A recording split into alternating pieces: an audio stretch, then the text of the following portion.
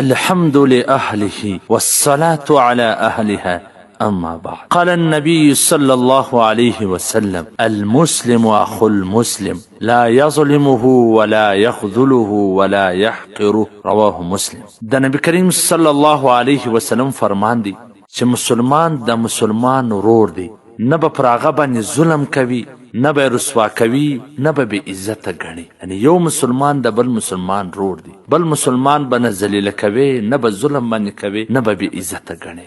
عزتمنو زموږ محبوب پیغمبر صلی الله علیه وسلم څومره خوږې خبرې موږ ته کړي، خو افسوس موږ د خپل محبوب پیغمبر د دې خوږو خبرو څخه لیرې یو. کله چې مسلمانان په دا خبرو باندې خبر وو، دغه خبره په خپل ځان کې عملي کړي وي، نو د مسلمانانو په مابینځ کې هیڅ تفریق نه، هیڅ بارډر نه، هر ملک، هر ځای، هر کونجله چې بکلی هیڅ نیوله او هیڅ منع نه وله. خو نن مسلمانان د ژبې پر بنیاد باندې تقسیم سوله، یو پر بل باندې ظلم کوي چې دا فلانی دی، یا بل وایي دا فلانی دی، دا پښتون دی، دا پنجابی دی، دا بلوچ، دا سندی دی، دا عرب دی، دا عجم دی، دا فارسیبان دی، دا ازبک دی، دا تاجک دی، او دا فلانی دی، او دا فلانی. د ژبې پر نامه باندې یو د بل د وینې د څښلو تږي جوړ سوي دي. د ملک پر بنیاد باندې یو د بل دشمنان جوړ سوي دي. دا پاکستانی دی، دا افغانی دی، دا د یو ملک دی، دا د بل ملک دی. د شارو پر بنیاد باندې یو د بل دشمنان جوړ سوي، د کاروبارو پر بنیاد باندې یو د بل دشمنان جوړ سوي، دا فلانی کاروالا دی، دا فلانی کاروالا.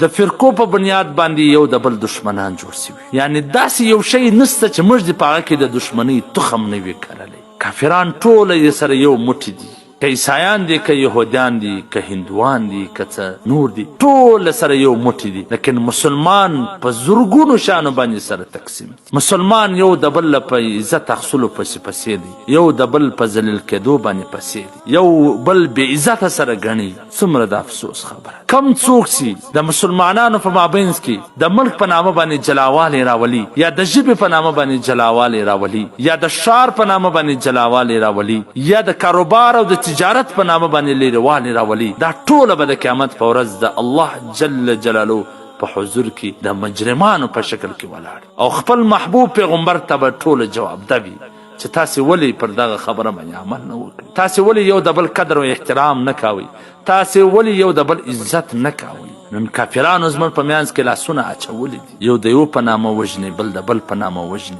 یو په یوه ډله تقسیموي، بل په بله ډله تقسیموي، یو پر یو ملک تقسیموي، بل پر بل ملک تقسیموي. د دنیا ټول ایجنسیانې لګیا دي د مسلمانانو په مابینځ کې په رنګارنګه نامو باندې ډلې جوړوي، په رنګارنګه نامو باندې تقسیمونه راولي، په رنګارنګه نامو باندې یو د بل عزتونه اخلي. بس مسلمانان هم نه خپله کې سره ګوري، نه سوچ سره کوي، بس روان دي یو د بل خلاف. میډیا ګرم کړی دی، یو د بل خلاف خولې ایله کړي دي، یو د بل خلاف سره اخته دي چې څنګه یو یو ته بیزچې ور ورسي، یو بل ته بیزچې. زموږ پر حال باندې ژړا روا ده، زموږ پر حال باندې پر ځای د اوښکو چې وینې تویې کړو لا هم کمې دي. الله دې رحم ربانې وکړي. والسلام.